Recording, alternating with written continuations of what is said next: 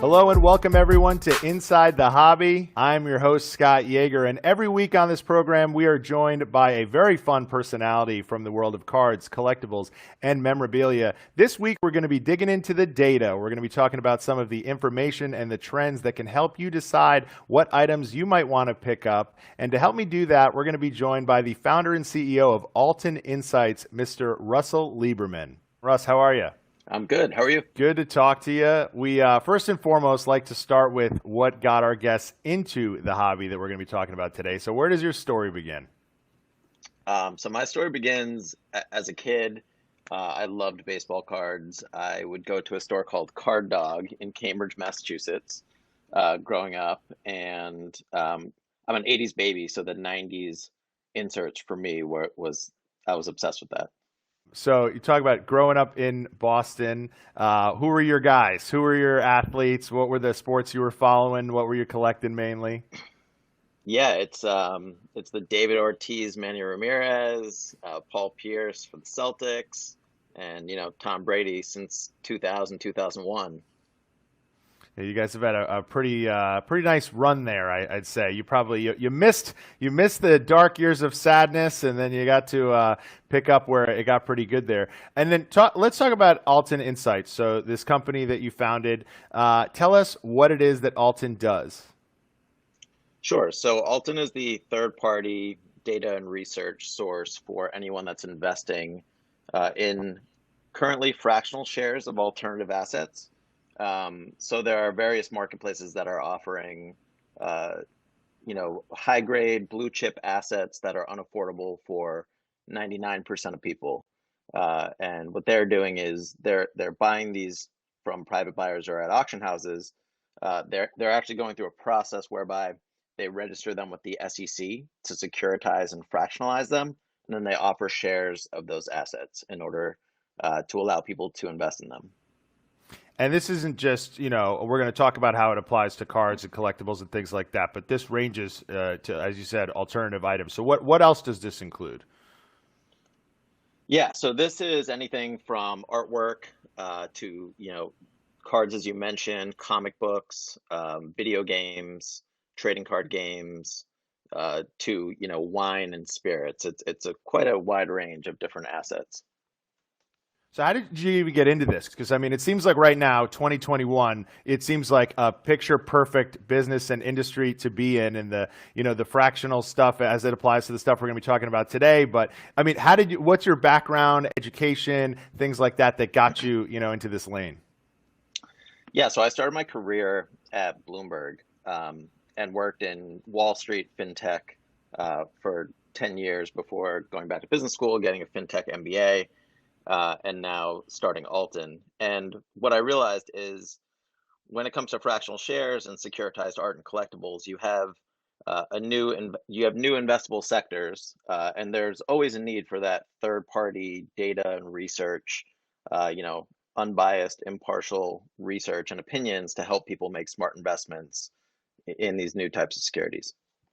So for people who might not be into stocks and things like that, it might be someone who likes to own something, have it on their wall. This is sort of a middle ground between those two things, right? It's, these items that are super expensive that you might not be able to physically have above your mantle or, above your television, but you can still own a piece of it and kind of be a part of the trading of it and the selling of it at some point. So talk about at what point you saw there as being value there. Because to me, back in the day, I kind of saw it as cut and dry, as you own something or you don't. The idea of kind of partially owning a painting that you don't actually get to show someone in your living room was a bit foreign to me, and now it seems like, commonplace.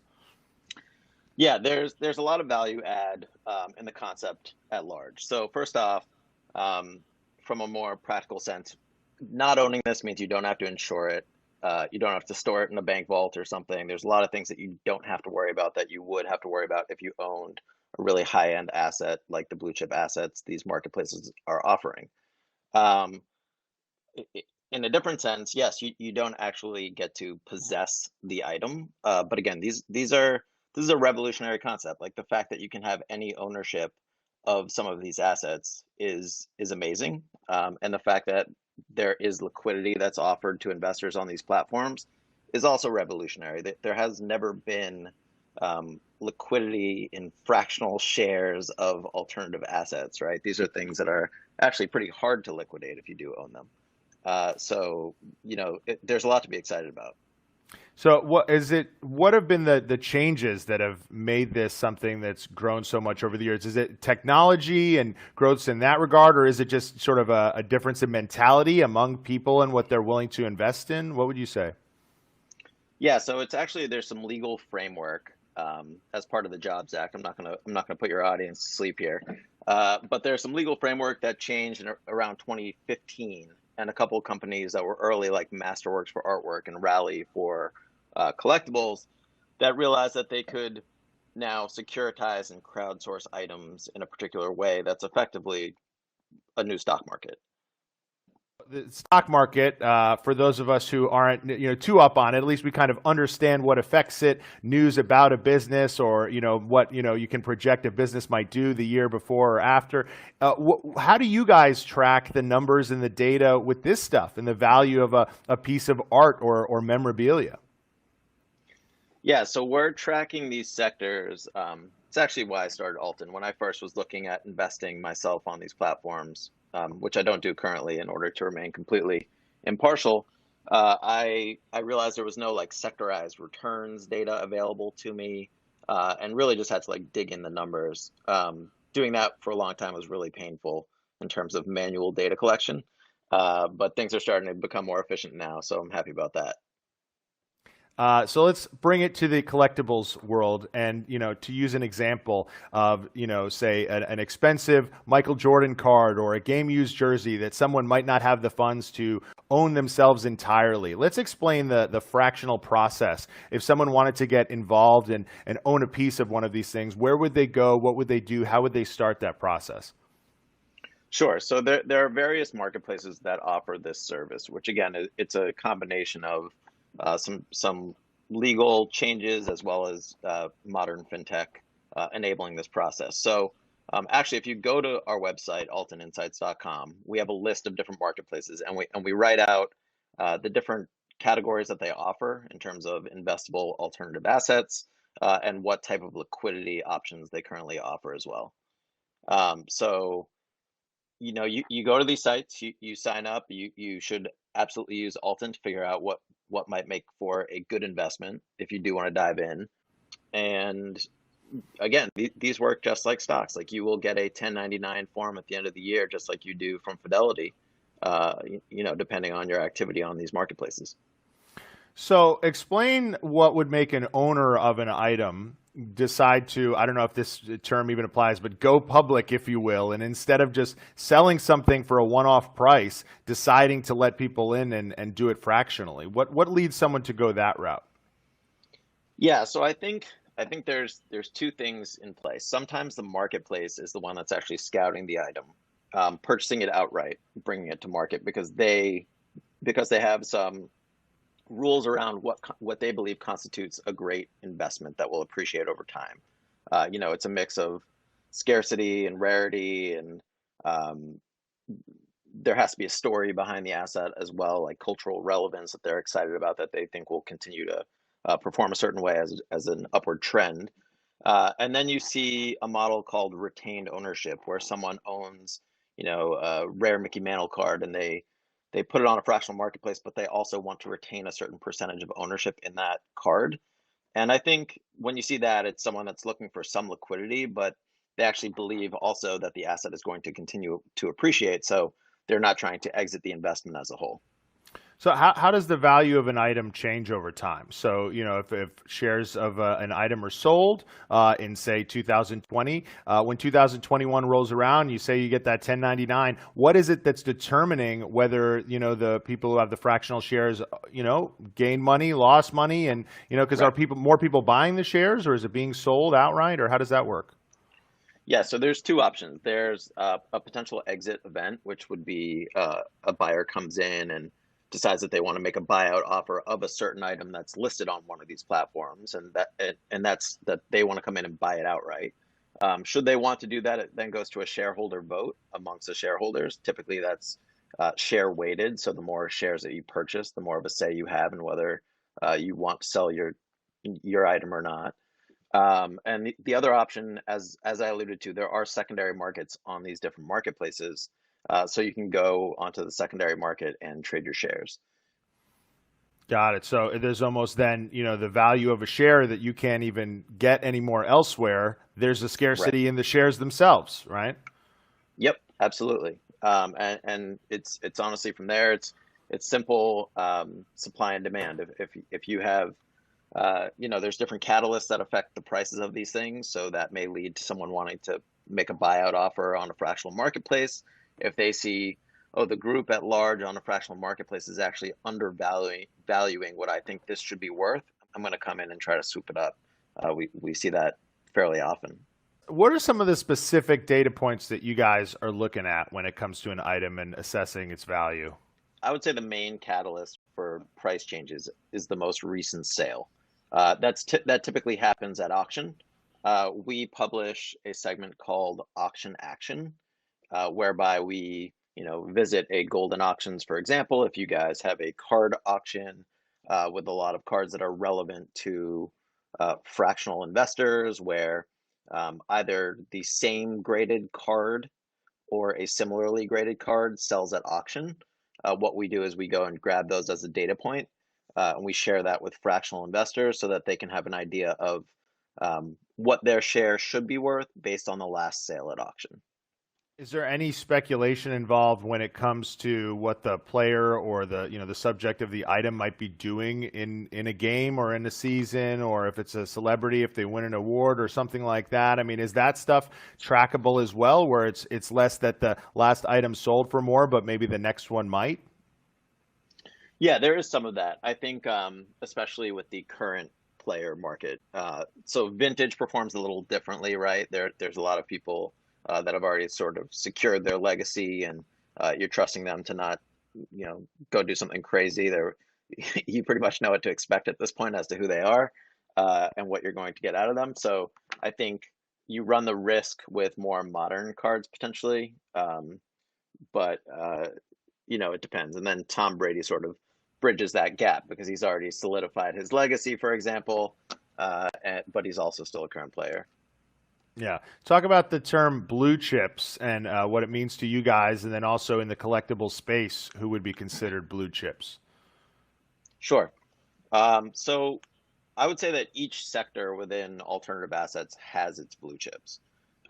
So for cards, for example, I would say the vintage cards, the Babe Ruth, the Honus Wagner card, the Mickey Mantle, 1952 Mickey Mantle. So I think vintage baseball makes up 5 out of the top 10 most expensive card sales, and I think it's pretty safe to say that um, those would be a blue chip safe investment. Obviously, they're hard to access, which is why there actually is a Honus card on Rally, which is one of the marketplaces we cover, and there's a Ruth card on Collectible, which is one of the marketplaces that we cover. I would say those would constitute the blue chip within sports cards, and then there's a couple others, right? So um, there's the GOAT category. So Wayne Gretzky's rookie card. There's two tops PSA 10 grade and two O-Pee-Chee PSA 10 grade. So if there's rarity within a GOAT category, like a Tom Brady or a Gretzky, that seems to perform really well. Obviously, with Jordan's rookie card, there's closer to like 320 of those in PSA 10 grade. So we've seen some fluctuation in the price of that one. But that's what I would say in the sports card world. And then, in comic books, you have anything that was early edition, high grade Marvel or DC Comics. I would say is a blue chip asset. In video games, again, like early Mario, Super Mario Brothers 1, 2, and 3 within video games, and then even in trading card games, anything that's like a Pokemon first edition is a pretty safe bet over time to appreciate. You just, we take a longer investment horizon view of these different assets. These are, blue chip categories that if you had your money in them over time, you should expect them to appreciate regardless of short-term price fluctuations. So, what about sort of emerging markets, if you will? Are there areas within the sports world that are sort of the equivalent of an emerging company in the stock market? growing, if you will? Yeah, I would say the most exciting category for that right now is actually just women's professional sports in general. If you go take a look at the performance of Serena Williams cards, for example, they've gone absolutely bonkers. Um, a Mia Hamm card just sold at Golden for a new record. I believe it was around $34,000. So I would say women's professional sports cards, soccer as a category, you could make the argument as well. That's sort of been a little ways coming already. But those are sort of the emerging marketplaces I would consider. When it comes to something emerging, whether it be a player or a sport, what factors into that? You know, are you trying to look and kind of look on social media and see what's getting the most buzz and things like that? Is it, you know, a popularity of the sport itself? Is there anything that you guys can follow and try to be ahead of the curve on those emerging markets? Yeah, it's interesting. I think a lot of the categories that have picked up over the past, year and a half, um, if you had the idea to invest in these things a year and a half ago, you'd probably be up, 10,000% at this point. It was sort of in a way, overlooked sectors as especially sports cards, but alternative assets in general became sort of reinvigorated and people became more excited about them. So I would say those. What about not an athlete or a sport, but sort of a kind of item? You know, we've heard a lot about ticket stubs lately, and Yep. ticket stubs kind of, you know, ticking up a little bit, no pun intended. I mean, talk about that. I mean, is there any way that you guys can follow a sort of sector item wise that might be growing Yeah. and get ahead of that curve? Absolutely. Ticket stubs are an exciting one because it's true scarcity. Like there's only so many people that were allowed into the stadium for any given event. And in the past we've just tossed these things in the trash as we've left um, a sporting event or a concert. And now that they are gradable assets, you know that it's a legitimate ticket stub that you're getting your hands on. If it's graded or it's been authenticated. That's a pretty amazing category, and there's a moment attached to that, um, ideally. So if it's a valuable ticket stub, there's an exciting moment attached to that, and I think those are pretty easy to resonate with. A category that we're excited about that we haven't seen a ton on fractional marketplaces yet would be Hollywood memorabilia. I think Indiana Jones Fedora just sold. The prop sold for close to $400,000. There's assets like that that also offer similar scarcity, right? You only had one or two of those, maybe three, on set. And again, they're sort of attached to something that withstands the cultural test of time in a lot of examples. Yeah, let's follow up there as far as the pop culture stuff, the Hollywood stuff. You mentioned comic books earlier, film props, things like that. I mean, what about video games? I know you talked about Pokemon as well. I mean, you know, is that a way for to get a whole new breed of person into this hobby? Because as you mentioned, you know, so many people in 2020 who were sports fans growing up, getting into collecting and memorabilia because it kind of, you know, it's that stock fix, but also something that's near and dear to their heart. Are there people that might not be the biggest sports fans that might be able to find their way in and even their way into the fractional market here with the props and with the comics and things like that? Definitely. I think when it comes to, comics are a little bit, the ones that are the most valuable are a little before my time. But I think as far as trading card games go, Pokemon, Magic the Gathering, and as far as, certain video games go, certainly that there's a certain nostalgia. And now the purchasing audience, if you've done well, you're in your 30s or your 40s. And, it's what we grew up with. So it's just people sort of have these amazing childhood memories of playing with these things or seeing them and their relevance in pop culture. And now um, sort of coming back to them and realizing, oh my God, no one kept these things in good shape. And there are so few of them in good shape. And it really is just, it honestly works just like a piece of art. Now that grading has been introduced to these categories, there is true scarcity and there is value in there being an investable asset. Speaking of, things staying in good quality and playing with them, what about toys? Is that just a completely different sector? Or because I always think of toys as works of art as well. Of course, that if you could tell your 6-year-old self, don't play with that, keep it mint in the box, you'd probably have a good asset on your hands. But is that something also? Are more toys getting graded and looked at in this regard? Yeah, so there actually is a grading agency specific to toys. It's called AFA. We haven't seen anything on fractional marketplaces by way of like a blue chip, still in box sealed toy yet. I think it's only a matter of time until we do. Today, we're actually seeing the first Garbage Pail Kid toy, which was a series that Topps put out in the 80s that people went bonkers about. Um, but yes, to your point, I think we will see graded action figures. Um, there's only such the market cap on those isn't quite in the range that we're seeing for obviously artwork, sports cards, um, comic books. So it would probably be a smaller offering in the action figure segment, but I 100% expect to see it.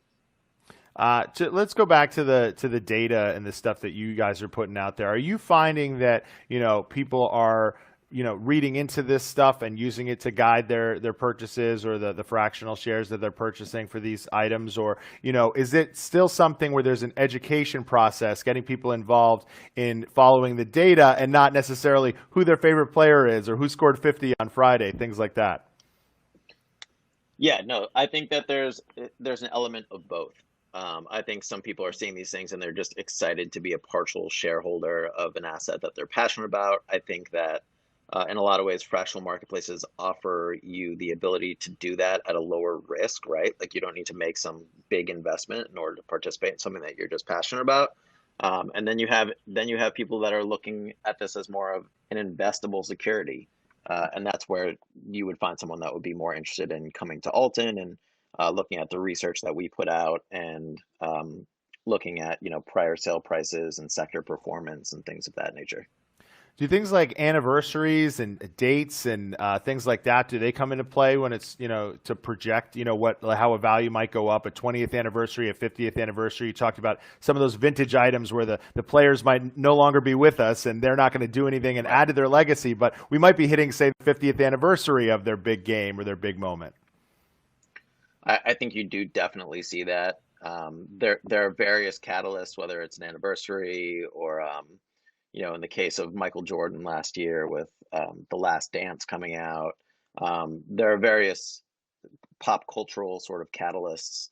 An anniversary could easily be one of those that influence it sort of re-excites people about a certain player or franchise, and you do see assets respond accordingly.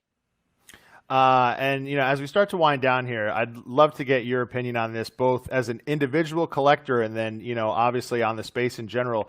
How do you tread the line between obviously finding, following the data that you guys are putting out and really looking at this stuff as smart investments and whatnot, and then the emotional part of collecting that I think got us all into it into the first place, which is I grew up in Boston. I love Paul Pierce and things like that. Do you still think there's a portion of your collection that should be reserved for items like that, and that might even lead to you lucking out a couple of years down the road because you couldn't have possibly foreseen that player doing what they did, but they were your favorite player when you were a kid?